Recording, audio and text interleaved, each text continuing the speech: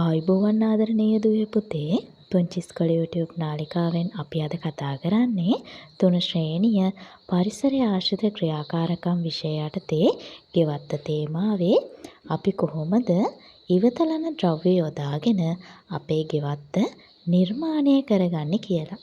එහෙනම් මගේ චූටි දුවලා පුතාලා හැමෝම එකතු වෙන්න පුංචි ඉස්කෝලේ YouTube නාලිකාවත් එක්ක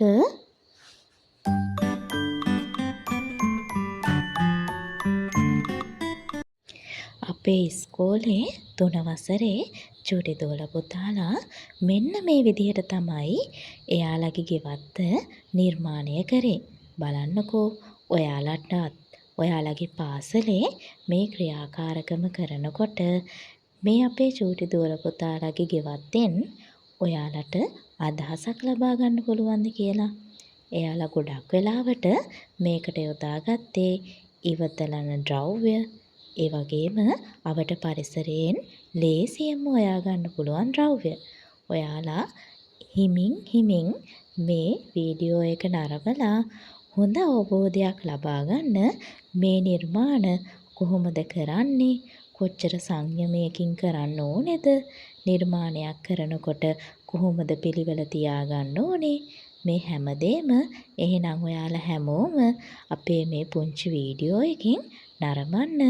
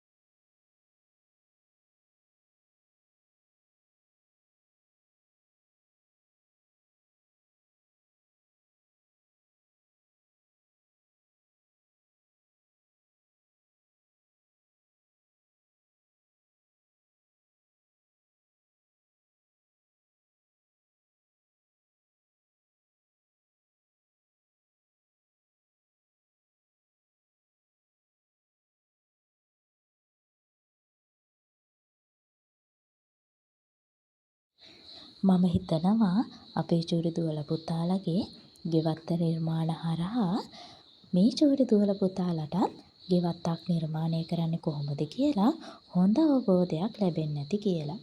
එහෙනම් ඔයාලා මේවා හොඳින් නරඹන්න. ඔයාලා හොඳ අදහසක් ගන්න. ඔයාලා හැමෝටම බුදු සරණයි.